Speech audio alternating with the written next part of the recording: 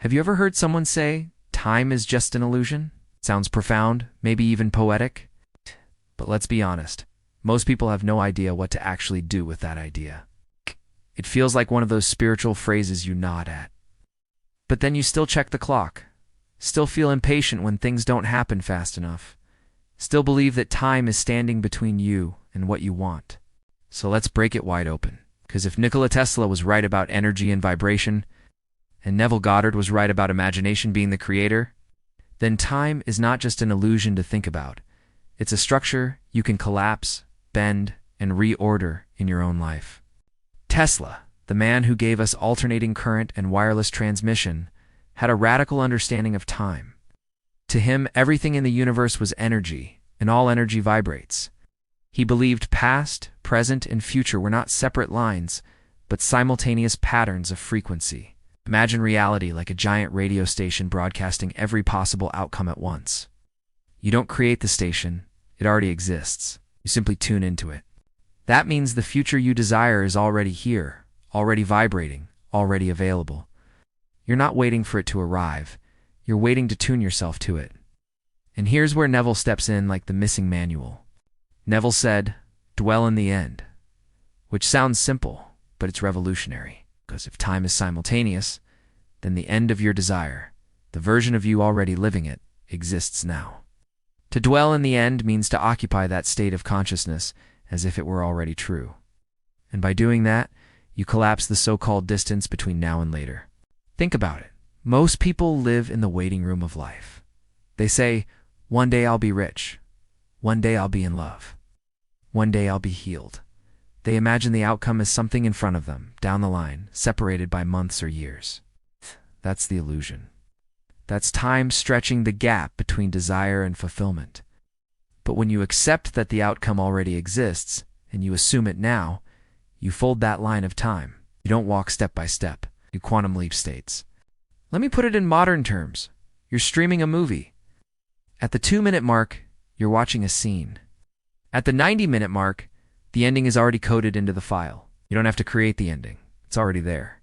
The only reason you haven't seen it yet is because you're positioned at the 2-minute mark. Time is like that movie file. Every frame exists. You don't need to invent the future. You only need to shift your position within it. Tesla would tell you this in scientific language, that energy fields carry information, that vibration determines access. Neville told you in mystical language that imagination is the only reality, and assumption hardens into fact. But they're saying the same thing. If you live from the end, if you feel now what the later you would feel, you're not waiting anymore. You've tuned to that frequency, and the bridge of incidents, the reordering of external events, will unfold naturally. This is not wishful thinking. This is mechanics of consciousness. Tesla said, if you want to understand the secrets of the universe, think in terms of energy, frequency, and vibration. Neville said, an assumption, though false, if persisted in, will harden into fact. Put those together, and you have a practical method. Change your vibration by assuming the state and reality will reorganize to reflect it. So how do we actually practice collapsing time? Let's be practical. Number 1, clarity of desire. You need to know the frame of the movie you want to tune into. Be specific, not in micromanaging details, but in knowing the essence of what you want. Is it freedom, love, health, security? Identify the scene that implies you already have it. Number 2, create an imaginal act. Neville always taught to choose a short, repeatable scene, like shaking hands with a friend congratulating you, or falling asleep in the bed of your new home. Don't imagine the process. Imagine the end. That one scene is your time collapse tool. Number 3, emotional occupancy. This is where Tesla's vibration comes in. You can't just think the scene. You must feel it, because feeling is the frequency tuner. If you imagine abundance but feel lack, you're still tuned to lack. If you imagine love but feel lonely, you're tuned to loneliness. The secret is to practice until the feeling of the new state becomes natural. That's the collapse. That's when the distance between you and your goal shrinks to zero. Number 4, persistence. This is the part most people miss. The first time you sit with a new assumption, the old state will fight back. It will feel like effort. It will whisper, this isn't real. you're pretending. That's not failure. That's the illusion of time resisting you.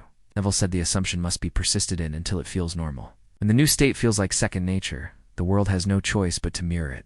Let me give you an example. Say you want to heal from a chronic condition.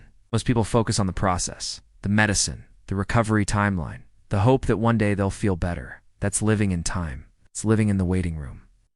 Collapsing time means imagining now, tonight, in bed, that you already feel the relief of health. Hear your loved ones saying, "You look so strong." You feel the lightness in your body. You fall asleep in that feeling. You may wake tomorrow with the same symptoms, but the shift has begun. And if you persist, that state will harden into fact. And the bridge of incidents, new doctors, new opportunities, sudden improvements will unfold. Tesla would call that a change of frequency. Neville would call it living in the end. Both mean you have collapsed the illusion of time. Here's the deeper spiritual understanding. Collapsing time is not rushing the universe. It's not forcing outcomes. It's alignment. You're not dragging the future to you. You're stepping into the frequency where it's already true. You're bypassing the illusion of distance and claiming the reality of now. So let me leave you with this. Everyone says time is an illusion. The question is, will you keep repeating it like a nice quote on social media, or will you dare to use it? Will you persist in assuming your end until it feels normal, until it feels natural, until the vibration of your being collapses the line between someday and today?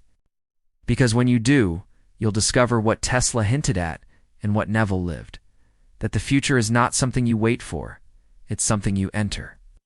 And once you know how to enter it, you'll never waste another day in the waiting room of time.